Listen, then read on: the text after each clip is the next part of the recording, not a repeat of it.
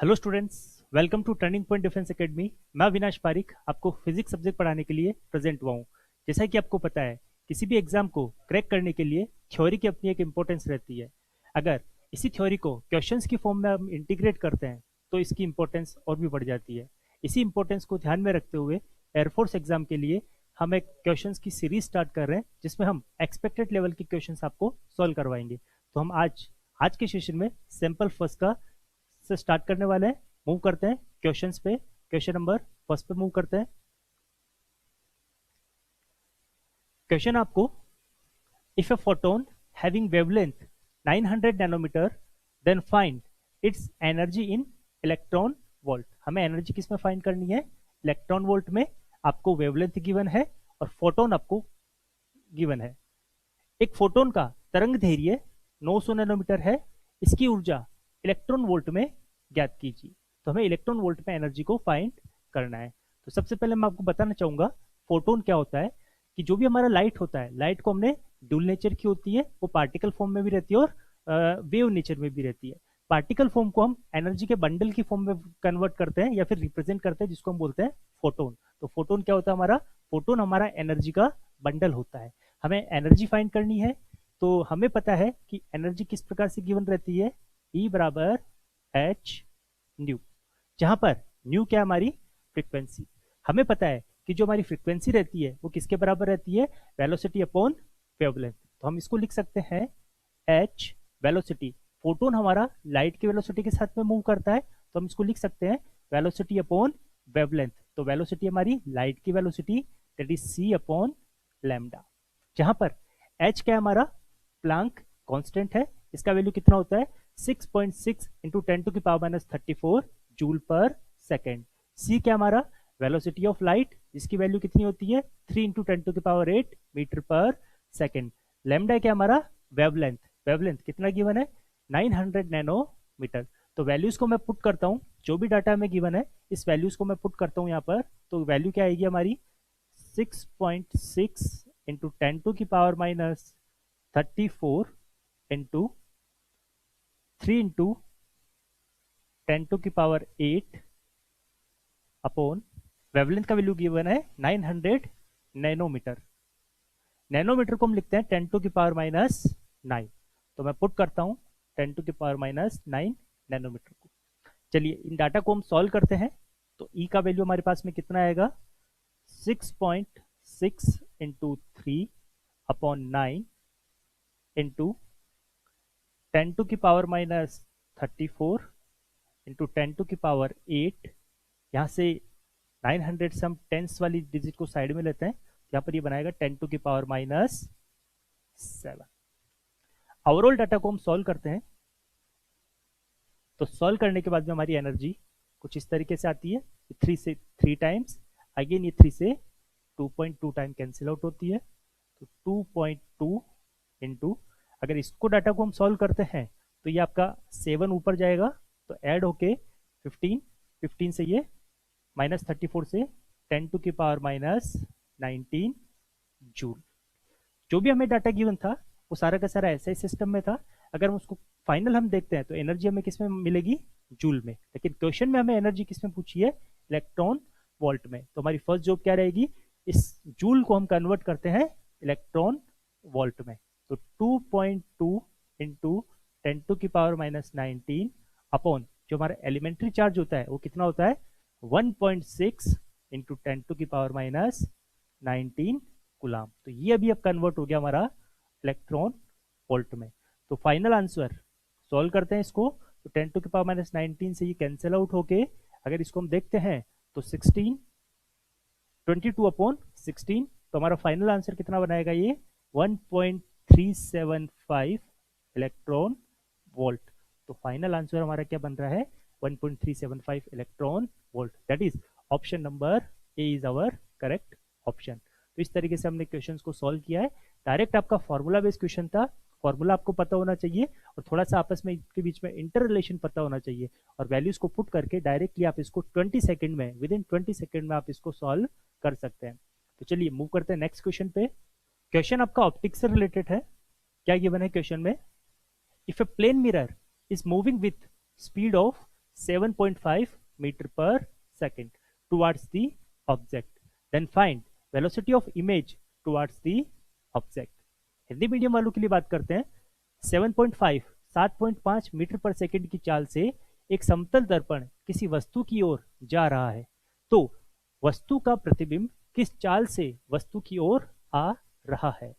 हमें पता है कि अगर कोई समतल दर्पण वस्तु की तरफ v वेग से गति करता है तो उसका जो प्रतिबिंब रहेगा वो 2v वेग से वस्तु की तरफ गति करेगा। तो हम लिख सकते हैं, अगर कोई ऑब्जेक्ट v वेलोसिटी के साथ में, अगर कोई mirror, plane mirror v velocity के साथ में मूव करता है तो जो इसका इमेज रहेगा वो 2v वेलोसिटी के साथ में टुवर्ड्स द ऑब्जेक्ट मूव करेगा। इसका इमेज 2v वेलोसिटी के साथ में मूव करेगा। तो हमारा v का वैल्यू यहाँ पर कितना गिवन है, v का वैल्यू गिवन है 7.5 मीटर पर सेकेंड। अगर हम देखते हैं कि इमेज का वेलोसिटी कितना रहेगा, इमेज का वेलोसिटी रहेगा 15 मीटर पर second. That is option number B. Option number B हमारा करेक्ट आंसर रहेगा। इमेज हमारा 15 मीटर पर सेकेंड की वेलोसिटी के साथ में ऑब्जेक्ट की तरफ मूव करेगा। चलिए मूव करते हैं नेक्स्ट क्वेश्चन पे। क्वेश्चन आपका magnetic effect of electric current से रिलेटेड है। क्वेश्चन में क्या गिवन है, a circular coil having cross section area 0.30 metre square and 15 turns is placed in uniform magnetic field of 2 Tesla. Find flux link with the coil if coil is placed perpendicular to magnetic field. coil हमारी कैसे placed की हुई है, perpendicular to magnetic field. Hindi medium वालों के लिए बात करते हैं। 15 फेरो वाली एक वृत्तीय कुंडली जिसका क्षेत्रफल 0.30 मीटर स्क्वायर है को 2 टेस्ला के एक समान चुंबकीय क्षेत्र में रखा गया है। यदि कुंडली का क्षेत्रफल चुंबकीय क्षेत्र के लंबवत हो तो कुल फ्लक्स का मान ज्ञात कीजिए। हमें फ्लक्स का मान ज्ञात करना है। तो सबसे पहले हम क्या करते हैं, जो गिवन डाटा है उसको हम पुट कर देते हैं एक बार। तो हमें क्या क्या गिवन है, हमें n का वैल्यू गिवन है, n कितना गिवन है हमें 15 टर्न्स, 15 घेरे हमें गिवन है। यहाँ पर हमें b का वैल्यू गिवन है, b क्या होता है हमारा चुंबकीय क्षेत्र की तीव्रता, इसका मान कितना गिवन है हमें 2 टेस्ला गिवन है।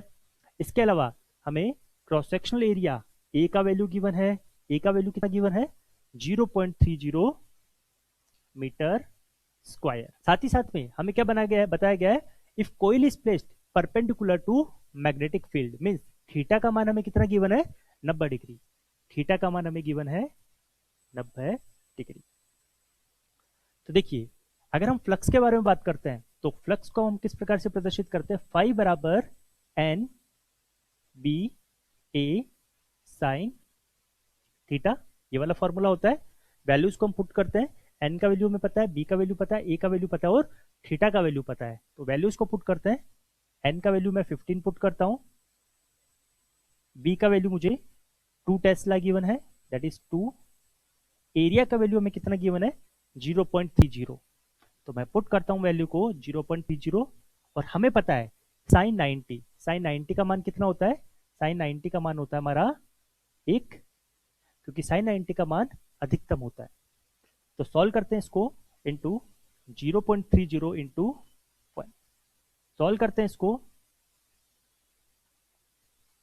तो ये हमारा फाइनल आंसर आ रहा है 9 वेबर। तो हमारा फ्लक्स का यूनिट क्या होता है वेबर, एक्स्ट्रा इन्फॉर्मेशन हमें पता पड़ी है वेबर। तो आपको question next question expected question कि जो हमारा फ्लक्स है उसका ऐसा ही मात्रक क्या होता है, तो हम लिख सकते हैं वेबर इस प्रकार से। तो इस तरीके से आपको डायरेक्ट फॉर्मूला बेस्ड पे क्वेश्चन था, ये फॉर्मूला आपको पता होना चाहिए, वैल्यूज आपको गिवन है, इन सब वैल्यूज को अगर हम इसमें पुट कर देते हैं तो हमारा फाइनल आंसर आ जाता है। तो लास्ट करेक्ट ऑप्शन रहेगा option number A that is 9 weber.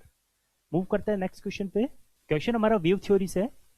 Question में क्या गिवन है, a wave having 500 hertz frequency is moving with speed of 360 meter per second. Find the path difference between two consecutive particle having phase difference 60 degree. आपको क्या given है, phase difference given है और आपको path difference find करना है। Question Hindi medium वालों के लिए बात करते हैं। एक तरंग की चाल 360 मीटर पर सेकेंड तथा आवृत्ति 500 हर्ट्ज है, तो निकटवर्ती कणों के बीच कालांतर 60 डिग्री है, तो इनके बीच पथांतर कितना होगा, हमें पथांतर का मान पूछा है। तो सबसे पहले हम लिखते हैं, जो हमें गिवन डाटा है उसके बारे में हम बात करते हैं। सबसे पहले हमें क्या गिवन है, फेज डिफरेंस, फाई का वैल्यू हमें कितना गिवन है, 60 डिग्री। अगर हम 60 डिग्री को रेडियन में कन्वर्ट करते हैं तो ये कितना बनाएगा, पाई/3। नेक्स्ट हमें क्या गिवन है, तरंग की चाल, means velocity of wave. Velocity of wave कितनी गिवन है हमें, 360 मीटर पर सेकेंड। नेक्स्ट हमें क्या गिवन है, आवृत्ति, हमें फ्रीक्वेंसी का वैल्यू गिवन है, तो फ्रीक्वेंसी हमारी कितनी होगी, 500 हर्ट्ज। 500 हर्ट्ज। यहां से हमें पता है एक रिलेशन, तो v बराबर न्यू लैम्डा आवृत्ति गुणा तरंग धैर्य। यहां से हम लैम्डा का वैल्यू फाइंड करते हैं, तो लैम्डा का वैल्यू हमें कितना मिल रहा है, velocity upon frequency, that is 360 upon 500। Solve करते हैं इसको, तो कितना आएगा हमारा, 18 अपॉन 25, क्योंकि 0 से 0 कैंसिल आउट, 2 से अगर हम कैंसिल आउट करते हैं तो 18 अपॉन 25 मीटर। ये हमारा वेवलेंथ का वैल्यू आता है। हमें पता है रिलेशन, जो हमारा पाथ डिफरेंस और फेज डिफरेंस होता है, इन दोनों के बीच में, पथांतर और कलांतर दोनों के बीच में हमारा रिलेशन क्या होता है, delta phi equal to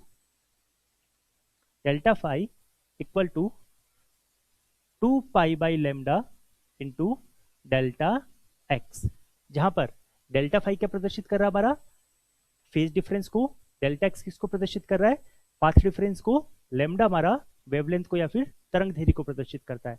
values को मैं पुट करता हूं, डेल्टा फाई का वैल्यू हमें कितना गिवन है, यहाँ पर फेज डिफरेंस का वैल्यू कितना गिवन है, 60 डिग्री, पाई/3 बराबर 2 पाई, लेमडा का मान कितना गिवन है, 18/25, तो यहाँ पर लिखूंगा मैं 18/25, ऊपर जाके यहाँ पर ये 25 बना लेगा, इंटू डेल्टा एक्स का वैल्यू हमें फाइंड करना है, तो मैं पुट करता हूँ यहाँ पर डेल्टा एक्स। सॉल्व करते हैं इसको, तो ये आपका पाई से पाई कैंसिल, ये आपका 2 9 टाइम कैंसिल, 3 से हम इसको कैंसिल करते हैं 3 टाइम्स, तो डेल्टा एक्स का वैल्यू कितना बना रहा है, ये हमारा 3/25।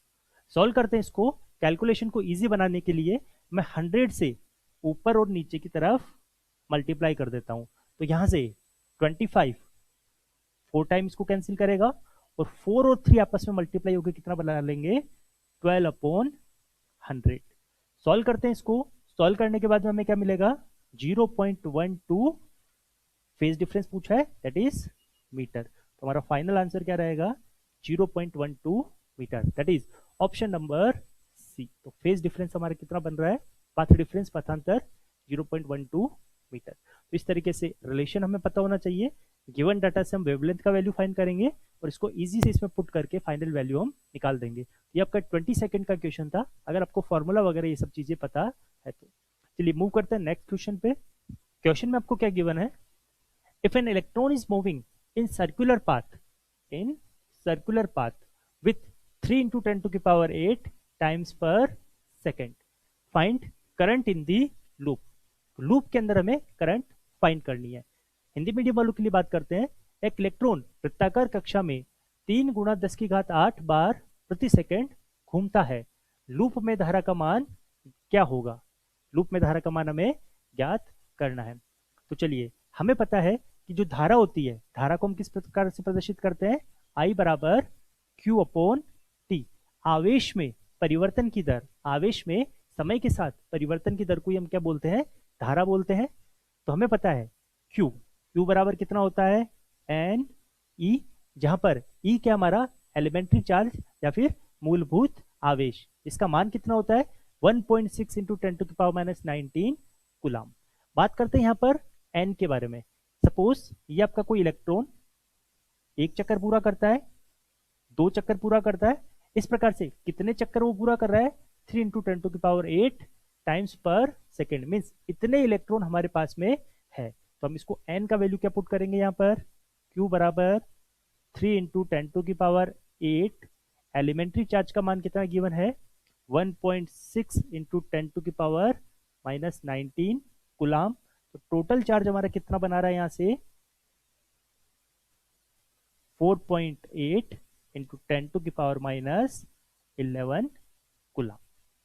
आपको पता है समय हमें कितना गिवन है, प्रति सेकंड, पर सेकंड, तो मीन्स हमें एक सेकंड के लिए फाइंड करना है। तो हम लिख सकते हैं यहाँ से कि I इक्वल टू कितना हो जाएगा Q अपॉन टी। Q का वैल्यू 4.8 इंटू 10⁻⁻11 अपॉन 1। तो फाइनल I हमारा हो जाएगा 4.8 into 10⁻⁻11 ampere. That is option number A is our correct answer. Option number A हमारा राइट ऑप्शन रहेगा। चलिए मूव करते हैं नेक्स्ट क्वेश्चन पे। क्वेश्चन आपका थर्मोडायनेमिक्स से रिलेट है। क्वेश्चन में क्या गिवन है, if a matter is given 300 joule energy to raise temperature 25 degree centigrade to 45 degree centigrade, then find heat capacity. हमें क्या पूछा है, heat capacity of that matter, उस पदार्थ की हीट कैपेसिटी हमें फाइंड करनी है। हिंदी मीडियम वालों के लिए बात करते हैं। जब किसी पदार्थ को 300 जूल उष्मा दी जाती है तो उसका ताप 25 डिग्री सेंटीग्रेड से बढ़कर 45 डिग्री सेंटीग्रेड हो जाता है। यहाँ पर हो जाता है। तो पदार्थ की उष्माधारिता क्या होगी, पदार्थ की उष्माधारिता क्या होगी। तो सबसे पहले मैं आपको बताना चाहूंगा, अगर किसी भी पदार्थ को हम उष्मा ऊर्जा देते हैं, यदि उसका तापमान 1 डिग्री सेंटीग्रेड से बढ़ जाता है तो उसको दी गई उष्मा उस पदार्थ की क्या कहलाएगी, उष्माधारिता। उसको बोलते हैं हीट कैपेसिटी। उसका टेम्परेचर 1 डिग्री सेंटीग्रेड से हमारा राइज होना चाहिए। तो हम लिखते हैं जो हमारी हीट कैपेसिटी, सी से हम इसको प्रदर्शित करते हैं, तो सी इक्वल टू कितना हो जाएगा, Q upon delta T, means change in temperature, और क्यू क्या रहेगी हमारी गिवन हीट। तो सी हमारी क्या हो जाएगी यहाँ से, heat capacity 300 joule upon difference in temperature कितना होगा 45 minus 25, that is 300 upon 20। Solve करते हैं इसको तो कितना बनाएगा ये 15 जूल पर डिग्री सेंटीग्रेड। तो हमारा फाइनल आंसर क्या रहेगा 15 जूल पर degree centigrade. That is option number A is our correct answer. Option number A क्या रहेगा हमारा करेक्ट आंसर। मूव करते हैं नेक्स्ट क्वेश्चन पे। सारे के सारे क्वेश्चन आपके एक्सपेक्टेड लेवल के हैं और एग्जाम में इनसे रिलेटेड या फिर इसी टाइप से कोई क्वेश्चंस पूछा गया है, इसीलिए इसी टाइप से हमने क्वेश्चंस लिए जो कि आपको एग्जाम के पॉइंट ऑफ व्यू से इंपॉर्टेंट है। क्वेश्चन में क्या गिवन है, if mass and velocity of an object is doubled then kinetic energy will be. Kinetic energy पर क्या प्रभाव पड़ेगा। हिंदी मीडियम वालों के लिए बात करते हैं। यदि एक वस्तु के द्रव्यमान और वेग दोनों को दोगुना कर दिया जाए तो गतिज ऊर्जा पर क्या प्रभाव पड़ेगा, दुगनी हो जाएगी, 8 गुनी हो जाएगी, 4 गुनी हो जाएगी, या फिर सेम रहेगी, रिमेन सेम, उस पर कोई भी प्रभाव नहीं पड़ेगा। तो यहां पर हम बात करते हैं, दो प्रकार के केस गिवन है। पहले वाले केस में हम बात करते हैं तो हमारी काइनेटिक एनर्जी किस प्रकार से गिवन रहती है। माना कि कोई पदार्थ है जिसका द्रव्यमान कितना है हमारा m है और उसकी वेलोसिटी वेग कितना है हमारा v है, तो उसकी काइनेटिक एनर्जी किस प्रकार से गिवन रहेगी 1/2 mv²। लेकिन हम दूसरे केस में बात करते हैं, केस सेकंड में हमें क्या बोला गया है कि उसकी मास और वेलोसिटी दोनों को हमें क्या करना है, डबल करना है। तो यहां पर काइनेटिक एनर्जी क्या बन जाएगी सेकंड केस में, ये हमारा फर्स्ट केस में 1/2 डबल कर रहे हैं मास को, इसी तरीके से वेलोसिटी को भी हम क्या कर रहे हैं, डबल कर रहे हैं। फॉर्मूला में हमारा 1/2 mv², तो यहां पर 2v का स्क्वायर। तो kinetic energy in second case क्या बनेगा, ये 1/2 इंटू 2 इंटू एम इंटू 2 का स्क्वायर क्या बना लेगा ये 4v²। इस पूरे के पूरे डाटा को हम इसकी फॉर्म में कन्वर्ट करते हैं तो कितना बनाएगा ये, kinetic energy in second case equal to 4 2 जा 8 into 1/2 mv², that is 8 into kinetic energy in first case. तो हम लिख सकते हैं फाइनली हम क्या लिखेंगे कि जो हमारी काइनेटिक एनर्जी, जो न्यू काइनेटिक एनर्जी है, सेकंड केस में काइनेटिक एनर्जी है 8 times of kinetic energy in first case. इस प्रकार से बनाएगा। तो हमारा राइट ऑप्शन क्या रहेगा? ऑप्शन नंबर सी, 8 गुनी हो जाएगी। अगर मैं वस्तु के द्रव्यमान को तथा वेग को दुगना कर देता हूं तो हमारी काइनेटिक एनर्जी 8 टाइम्स हो जाएगी, 8 गुनी हो जाएगी। चलिए मूव करते हैं नेक्स्ट क्वेश्चन पे। क्वेश्चन आपका ऑप्टिक्स से रिलेटेड है। क्वेश्चन में क्या गिवन है? For a concave mirror having 15 centimetre focal length formed a real image at 90 centimetre. Means जो हमारी इमेज की लोकेशन, पोल से इमेज की लोकेशन कितनी गिवन है? 90 centimetre. Find the magnification of the mirror. Mirror का हमें मैग्निफिकेशन फाइंड करना है। हिंदी मीडियम वालों के लिए बात करते हैं। 15 सेंटीमीटर फोकस दूरी वाले एक अवतल दर्पण से 90 सेंटीमीटर की दूरी पर एक प्रतिबिंब बनता है। मीन्स v का वैल्यू में कितना गिवन है? 90 सेंटीमीटर। यदि प्रतिबिंब वास्तविक है तो उसका आवर्धन, मैग्निफिकेशन हमें ज्ञात करना है। तो सबसे पहले हम बात करते हैं, क्वेश्चन में हमें फोकल लेंथ गिवन है दैट इज 15 सेंटीमीटर। साथ ही साथ में हमें इमेज की डिस्टेंस फ्रॉम द पॉल कितनी गिवन है? 90 सेंटीमीटर। हमें पता है कि हमें मैग्निफिकेशन के बारे में पूछा है, मैग्निफिकेशन पूछा है। तो मैग्निफिकेशन क्या होता है हमारा? हमारा मिरर कैसा है? कॉनकेव मिरर है। तो मैग्निफिकेशन होगा हमारा v minus F upon F. ये हमें फॉर्मूला पता होना चाहिए, बेसिक फॉर्मूलाज है ये सारे के सारे। वैल्यूज को मैं पुट करता हूँ। v का वैल्यू हमें कितना गिवन है? 90 माइनस 15 अपॉन 15। सॉल्व करते हैं इसको। तो 90 में से 15 कैंसिल आउट हो गए, 75 अपॉन 15, आगे माइनस। सॉल्व करने के बाद में हमारा कितना आ रहा है? ये m इक्वल टू माइनस, क्योंकि 15 5 जा 75 दैट इज 5। तो हमारा राइट ऑप्शन क्या रहेगा? ऑप्शन नंबर सी।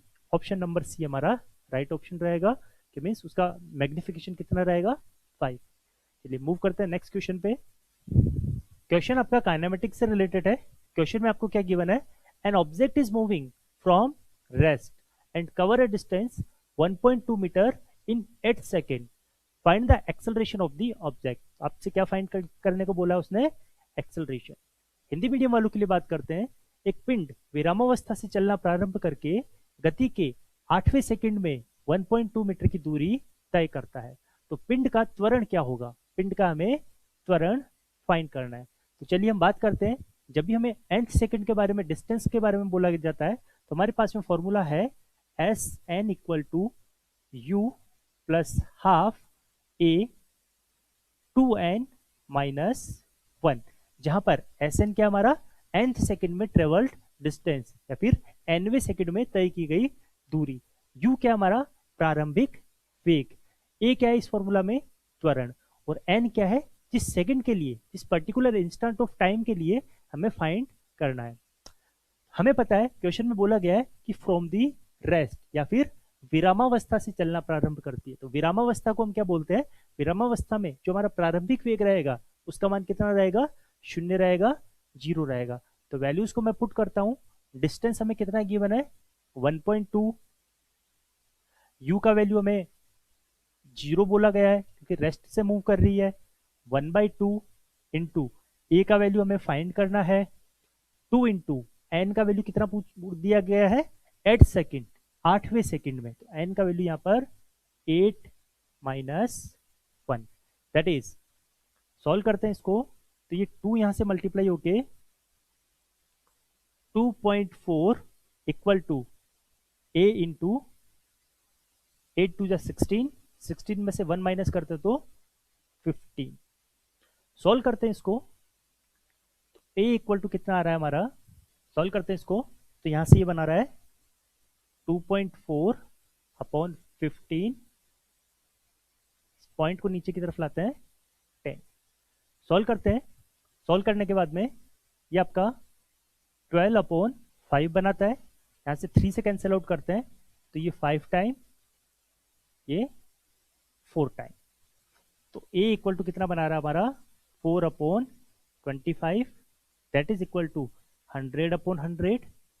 25 से ये 4 टाइम कैंसिल आउट होके A equal to 16/100, that is 16.16 metre पर सेकेंड स्क्वायर। तो हमारा फाइनल आंसर क्या बनेगा यहाँ पर? B, option number B, that is 0.16 metre पर second square is our final answer. चलिए मूव करते हैं नेक्स्ट क्वेश्चन पे। क्वेश्चन आपका फ्लूइड मैकेनिक्स से रिलेटेड है। क्वेश्चन में क्या बोला गया है? If velocity of a liquid in a pipe is increased then pressure will be. जब किसी नली से प्रवाहित होने वाला द्रव का वेग बढ़ता है तो उसका दाब। हमें पता है जब भी द्रव का वेग बढ़ता है तो उसका दाब घटता है। क्यों? क्योंकि जो हमारा वेग होता है वो द्रव के व्युत्क्रमानुपाती होता है। तो हम कह सकते हैं कि जब भी द्रव का वेग बढ़ता है तो उसका दाब क्या करेगा? घटेगा, डिक्रीज होगा। That is option number B is our correct answer. ये हमारा बर्नौली प्रिंसिपल पे वर्क करता है, इसलिए बर्नौली प्रिंसिपल के अकॉर्डिंग इस तरीके से होता है। चलिए मूव करते हैं नेक्स्ट क्वेश्चन पे। इंफॉर्मेटिव क्वेश्चन था ये आपका। क्वेश्चंस में आपको क्या बोला गया है? An alpha particle is made by one. एक अल्फा कण बना होता है। अल्फा कण किससे बना होता है?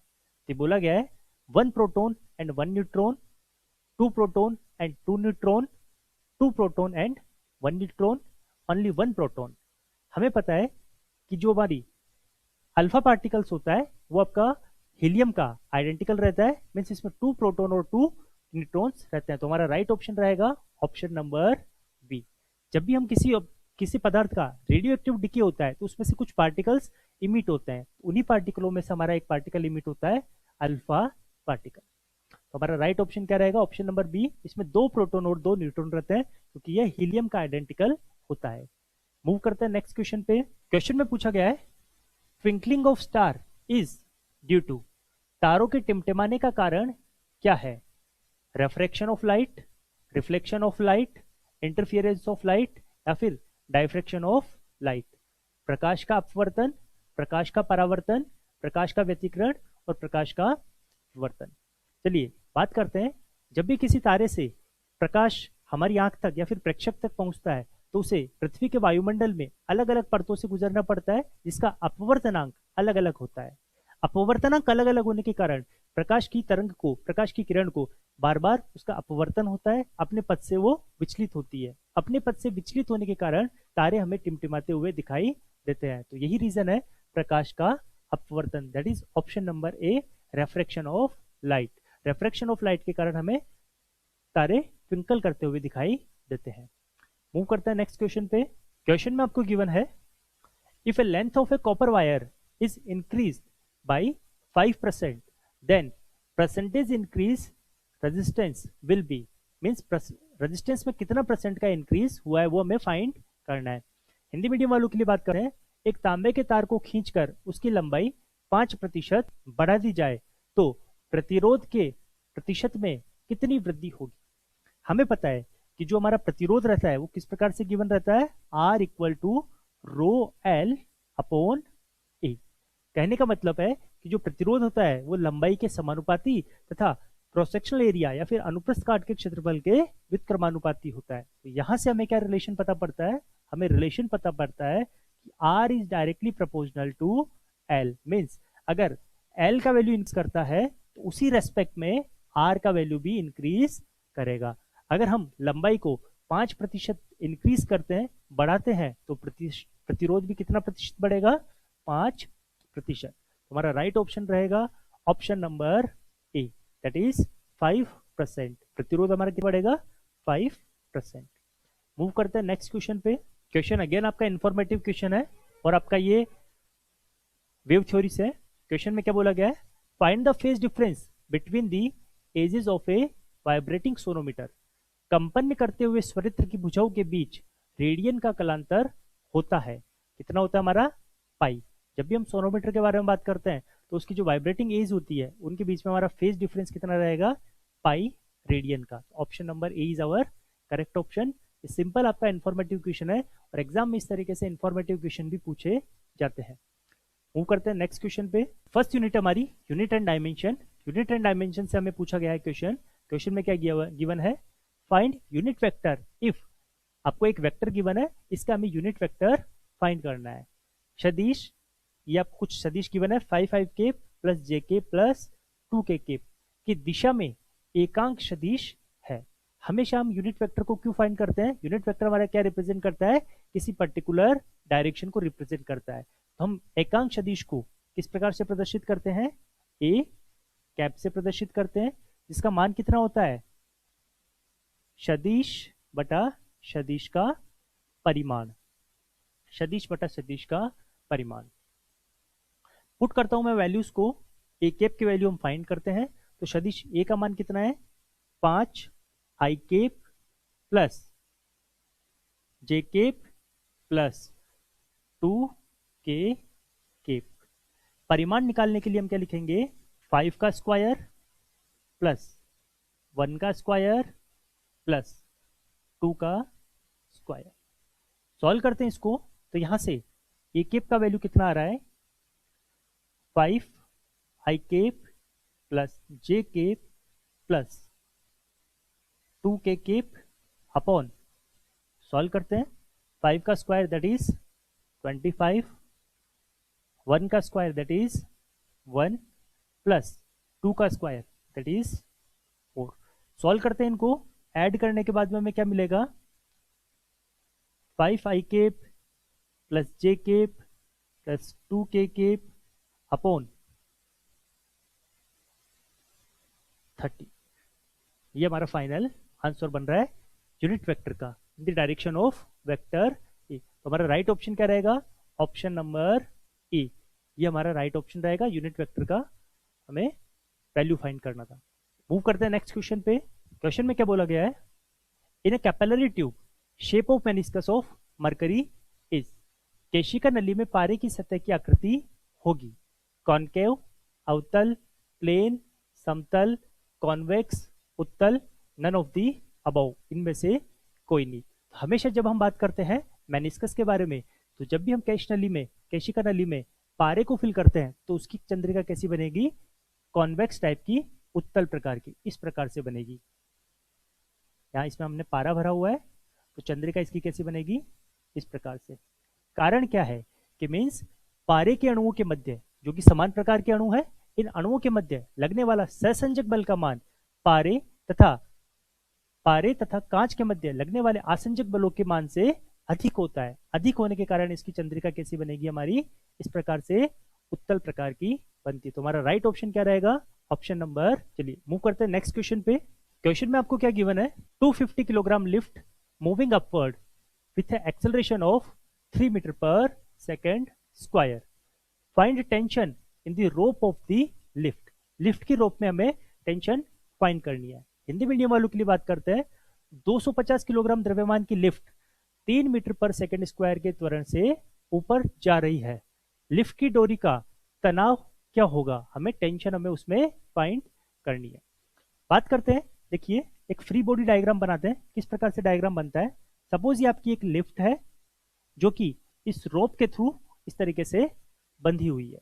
इसका द्रव्यमान कितना रहेगा? m द्रव्यमान रहेगा।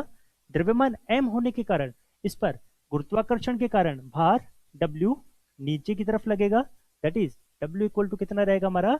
m। इसी समय इसमें तनाव रहेगा T ऊपर की तरफ। लेकिन फाइनली हमें क्या बोला गया है? ये दोनों बल एक दूसरे के विपरीत दिशा में है, लेकिन फाइनली हमें क्या बोला गया है कि जो हमारी लिफ्ट है वो moving upward with acceleration of 3 metre पर सेकेंड स्क्वायर। मीन्स हमारी जो फाइनली लिफ्ट क्या कर रही है? ऊपर की तरफ ए एक्सेलरेशन के साथ में मूव करती है। तो हम इसका एक इक्वेशन बनाते हैं। इक्वेशन क्या बनेगा? फाइनली हमारा F इक्वल टू कितना बनेगा? T minus M G. T minus M g हमने क्यों यूज किया है? क्योंकि ये दोनों एक दूसरे के विपरीत दिशा में है। न्यूटन के नियम से हमें पता है F बराबर कितना होता है हमारा? M A T minus M G. T का वैल्यू हमें फाइंड करना है। डाटा को हम रीअरेंज करते हैं, तो टी का वैल्यू आ रहा है हमारा यहां से M A plus M G, that is equal to M को हम कॉमन लेते हैं, ए प्लस जी। तो यहां से टी बराबर कितना बना रहा है? वैल्यूज को मैं पुट करता हूं। एम का वैल्यू में कितना गिवन है? 250। तो मैं पुट करता हूं यहाँ पे 250 इंटू ए का वैल्यू कितना गिवन है? 3 प्लस जी का वैल्यू हमें कितना गिवन है 9.8। पुट करते हैं डाटा को पुट करने के बाद में 250 इंटू 12.8 इस तरीके से बन रहा है। सॉल्व करते हैं तो फाइनली टी का वैल्यू हमारे पास में कितना आएगा, इसको हम सॉल्व करते हैं 10 टाइम्स, ये कैंसिल आउट होके 15 3200 न्यूटन। तो फाइनल हमारा जो टेंशन आ रहा है, टी का वैल्यू कितना आ रहा है हमारा 3200 Newton. That is option number A हमारा करेक्ट आंसर होगा। इस तरीके से हमने इसका फ्री बॉडी डायग्राम बनाया है और कुछ इक्वेशंस बनाते हुए इसको डायरेक्ट सॉल्व किया है। अगर आपने इस क्वेश्चंस की प्रैक्टिस की हुई है तो इजी से आप इन क्वेश्चंस को बना सकते हो। 20 विद इन 20 सेकंड के अंदर सारे के सारे क्वेश्चंस बन सकते हैं। बस आपको बेसिक कॉन्सेप्ट पता होना चाहिए और कॉन्सेप्ट सारा हमें प्रैक्टिस से या फिर ज्यादा से ज्यादा नंबर ऑफ क्वेश्चंस के प्रैक्टिस करेंगे वहीं से हमें मिलता है। मूव करते हैं नेक्स्ट क्वेश्चन पे। क्वेश्चन में पूछा गया है dimension of electric flux will be, विद्युत फ्लक्स की विमा है। विद्युत फ्लक्स की हमें विमा पूछी गई है। हमें पता है कि जो हमारा गॉस का नियम होता है, गॉस के नियम के अनुसार फाई बराबर कितना होता है हमारा क्यू अपॉन एप्सिलॉन नोट, जहां पर क्यू क्या हमारा आवेश है और एप्सिलॉन नोट क्या हमारा निर्वात की विद्युतशीलता। हमें पता है कि क्यू की विमा कितनी होती है हमारी ए टी। इस प्रकार से हम इसको प्रदर्शित करते हैं। लेकिन कूलाम के नियम से हमें पता है कि एप्सिलॉन नोट कितना होता है हमारा Q1 Q2 upon F into R square. यहां से मैं वैल्यूज को पुट करता हूं। एप्सिलॉन का वैल्यू कितना होता है हमारा, यहां पर Q1 Q2 का विमा कितना बना लेगा ये a square T square upon F का वैल्यू कितना है M1 L1 T-2 और अगेन L2। सॉल्व करते हैं इसको, सॉल्व करते हैं तो एप्सिलॉन की वैल्यू कितनी आ रही है यहां a square T square upon M1 L3 और T-2। तो यहां से फाइनली एप्सिलॉन की विमा कितनी बनेगी M-1 L-3 टी ऊपर जाके क्या बना लेगा T+4 और A।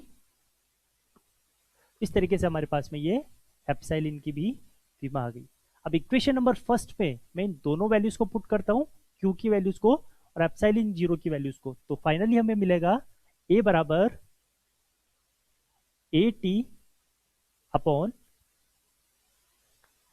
M-1 L-3 T+4 और A स्क्वायर। सॉल्व करते हैं इसको। अगर हम सॉल्व करेंगे तो यह है फाइनली क्या बनाएगा y इक्वल टू M-1 ऊपर जाके बनाएगा M+1 L ऊपर की तरफ जाके बनाएगा +3 T ऊपर की तरफ जाके बनाएगा T-3 और A स्क्वायर ऊपर की तरफ जाके बनाएगा A-1। दैट इज फ्लक्स की हमारी डायमेंशन क्या बनेंगे M1 L3 T-3 A-1। That is option number B our correct answer. Option number B क्या रहेगा हमारा करेक्ट आंसर रहेगा। तो आपको इस तरीके से थोड़ा सा रीअरेंज, थोड़ा सा एक पेपर वर्क करना पड़ेगा। उसके बाद में आपको या तो आप डायरेक्टली याद रख सकते हैं तो डायरेक्टली रखिए, या फिर इस तरीके से आप इसको पेपर वर्क करके थोड़ा सा विद इन ये 50 सेकंड का है, इसको आप सॉल्व कर सकते हैं।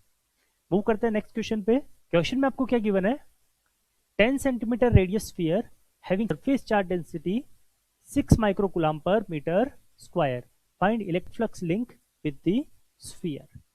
10 सेंटीमीटर त्रिज्या वाले गोले पर आवेश की तलीय तीव्रता 6 माइक्रोकूलम पर मीटर स्क्वायर है, तो गोले से निकलने वाले कुल वैद्युत फ्लक्स का मान ज्ञात कीजिए।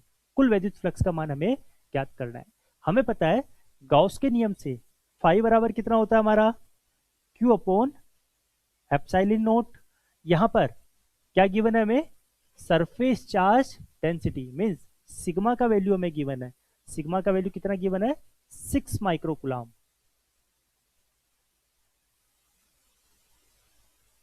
Metre square. R equal to 10 into 10⁻², metre, क्योंकि ऐसा ही सिस्टम में हमें कन्वर्ट करना होगा। हमें पता है कि जो हमारा Q होता है वो Q कितना होता है, sigma E, that is sigma into 4πr²। Values को मैं पुट करता हूं, 5 इक्वल टू कितना बनाएगा, sigma into 4πr² upon epsilon note का वैल्यू कितना होगा हमारा, 8.854 इंटू 10⁻²। सिग्मा और इनकी वैल्यूज को मैं पुट करता हूं तो कितना बनाएगा ये, सिग्मा का वैल्यू हमें गिवन है 6 into 10⁻6 into 4 into pi into R का वैल्यू हमें गिवन है 10 इंटू 10⁻² का होल स्क्वायर अपॉन 8.854 इंटू 10⁻²। पूरे के पूरे डाटा को हम सॉल्व करते हैं इजी से। पाई का वैल्यू हम लिखेंगे 3.14, पाई का वैल्यू यहाँ पर क्या पुट करेंगे, 3.14। इसके बाद में इसको सॉल्व करते हैं तो फाइनली हमारा आंसर क्या बनेगा, 8.5 into 10⁻4 volt metre. That is option number A is our correct answer. 8.5 into 10⁻4 volt metre. इतना फ्लक्स हमारा निकलेगा जब उसकी सरफेस चार्ज डेंसिटी कितनी है, 6 माइक्रोकूलम पर मीटर स्क्वायर। चलिए मूव करते हैं नेक्स्ट क्वेश्चन पे। क्वेश्चन आपका ऑप्टिक्स से रिलेटेड है। क्वेश्चन में आपको क्या गिवन है, 3 lens having focal length 20 centimetre, -30 centimetre, 60 centimetre are placed near to each other. Find the combined focal length. Find the combined focal length, हमें कंबाइंड फोकल लेंथ उसकी find करनी है। हिंदी मीडियम वालों के लिए बात करते हैं। 3 लेंस जिनकी फोकस दूरी 20 सेंटीमीटर, -30 सेंटीमीटर, 60 सेंटीमीटर है, एक दूसरे से सटे हुए रखे गए हैं। इस संयोजन की फोकस दूरी मतलब तुल्य फोकस दूरी हमें फाइंड करनी है। हमें पता है कि जो हमारी इक्विवेलेंट फोकल लेंथ होती है एफ इक्विवेलेंट, वो कितना होगा, 1/f1 plus 1/f2 plus 1/f3। यहाँ पर f1, f2, f3 की वैल्यू हमें गिवन है तो मैं फॉर्मूला में पुट करता हूं और वैल्यूज को हम फाइंड करते हैं। 1/f1 का वैल्यू कितना है, 20 सेंटीमीटर। f2 का वैल्यू कितना है, माइनस यहाँ पर था तो ये इस तरीके से। f3 का वैल्यू कितना गिवन है, 1/60। यहाँ से इसको हम सॉल्व करते हैं तो f equivalent 1/f equivalent equal to कितना बनाएगा, 60। एलसीएम से सॉल्व करते हैं इसको तो यहाँ पर 3 - 2 + 1 दैट इज 1/f इक्वलेंट का वैल्यू कितना बना रहा है ये, 2/60 दैट इज 1/30। तो यहाँ से फाइनली f इक्वलेंट का वैल्यू कितना आ रहा है हमारा, जो हमारी संयोजन फोकस दूरी है वो कितनी बना रही है, 30 centimetre. f equivalent 30 centimetre. That is option number C is our correct option. Right option क्या रहेगा हमारा, 30 सेंटीमीटर। मूव करते हैं नेक्स्ट क्वेश्चन पे। क्वेश्चन हमारा थर्मोडायनेमिक्स से रिलेटेड है। क्वेश्चन में क्या बोला गया है, an ideal refrigerator works between 0 degree centigrade to 57 degree centigrade and release heat at 200 calorie in 1 second. Find its power. हमें इसकी पावर फाइंड करनी है। हिंदी मीडियम वालों के लिए बात करते हैं। एक आदर्श रेफ्रिजरेटर 0 डिग्री सेंटीग्रेड तथा 57 डिग्री सेंटीग्रेड के बीच कार्य कर रहा है तथा 20 कैलोरी उष्मा का 1 सेकेंड में बाहर फेंकता है। तो इसकी शक्ति क्या होगी, इसकी हमें शक्ति ज्ञात करनी है। तो सबसे पहले मैं आपको बात करता हूं ऑप्शंस पर। अगर हम बात देखते हैं तो ऑप्शंस हमारे वॉट में गिवन है, जो कि हमारा एसआई सिस्टम है। तो फर्स्ट जॉब क्या रहेगी हमारी, कि जो हमें गिवन डाटा है, जो गिवन टेम्परेचर है, उसको हम किस में कन्वर्ट करें, एसआई सिस्टम में। मीन्स जो आपको डिग्री सेंटीग्रेड गिवन है, इसको हमें किस में कन्वर्ट करना है, सबसे पहले केल्विन में कन्वर्ट करना है। तो हम लिख सकते हैं जो हमारा 0 डिग्री सेंटीग्रेड होता है, 0 डिग्री सेंटीग्रेड, इसको हम क्या लिख सकते हैं, 273 केल्विन, 273 डिग्री केल्विन। इसी तरीके से जो आपका 57 डिग्री सेंटीग्रेड गिवन है, 57 डिग्री सेंटीग्रेड, इसको हम क्या लिख सकते हैं, 273 प्लस 57 दैट इज किसके बराबर हो जाएगा ये 330 डिग्री केल्विन के बराबर हो जाएगा। चलिए हम बात करते हैं हमारा निष्पादन गुणांक बीटा का वैल्यू हम फाइंड करते हैं। अगर हमें पावर निकालनी है प्रति सेकेंड तो बीटा का निष्पादन गुणांक का मान कितना हो जाएगा T2 upon T2 minus T1 that is beta का वैल्यू कितना बनाएगा ये 330 बटा 330 माइनस 273। बीटा क्या हमारा सुपरफिशियल कोफिशिएंट या फिर निष्पादन गुणांक।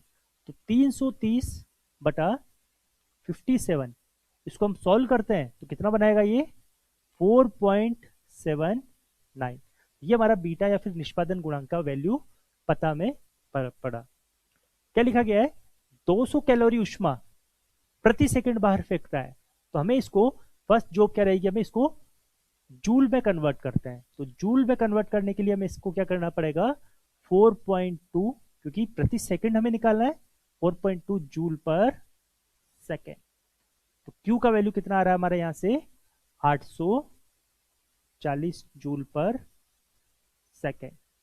अब हमें पूछा है इसकी शक्ति क्या होगी, इसकी पावर। तो पावर P इक्वल टू कितना होगा हमारा Q अपॉन बीटा। Q का वैल्यू 840 गिवन है, बीटा का वैल्यू सुपरफिशियल कोफिशिएंट निष्पादन गुणांक का मान कितना रहेगा 4.79। तो फाइनल आंसर कितना बनाएगा हमारा 1.74.36 वॉट। ठीक है, that is option number B. Option number B हमारा राइट ऑप्शन रहेगा। मूव करते हैं नेक्स्ट क्वेश्चन पे। क्वेश्चन में आपको क्या गिवन है, find the energy to escape an 100 kilogram object from the earth. Escape velocity हमें फाइंड, एनर्जी हमें फाइंड करनी है। क्या गिवन है हमें, जी हमारा 10 मीटर पर सेकेंड स्क्वायर। जो अर्थ रेडियस ऑफ अर्थ गिवन है वो कितना गिवन है 6.4 इंटू 10 टू की पावर 6 मीटर। 100 किलोग्राम के पिंड को पृथ्वी से पलायन कराने के लिए कितनी ऊर्जा की आवश्यकता होगी। हमें एनर्जी की वैल्यू को फाइंड करना है, जहां पर जी का वैल्यू हमें 10 मीटर पर सेकेंड स्क्वायर, पृथ्वी की त्रिज्या आर बराबर 6.4 इंटू 10 टू की पावर 6 मीटर गिवन है। तो सबसे पहले हमें एस्केप वेलोसिटी फाइंड करते हैं। एस्केप वेलोसिटी कितनी होगी हमारी √2GRE, जहां पर RE क्या हमारा रेडियस ऑफ अर्थ। हमें पता है कि काइनेटिक एनर्जी किस प्रकार से गिवन रहती है 1/2mVE स्क्वायर। यहां पे मैं वैल्यूज को पुट करता हूं 1/2 इंटू एम इंटू वी का मान कितना है हमारा 2GRE का स्क्वायर।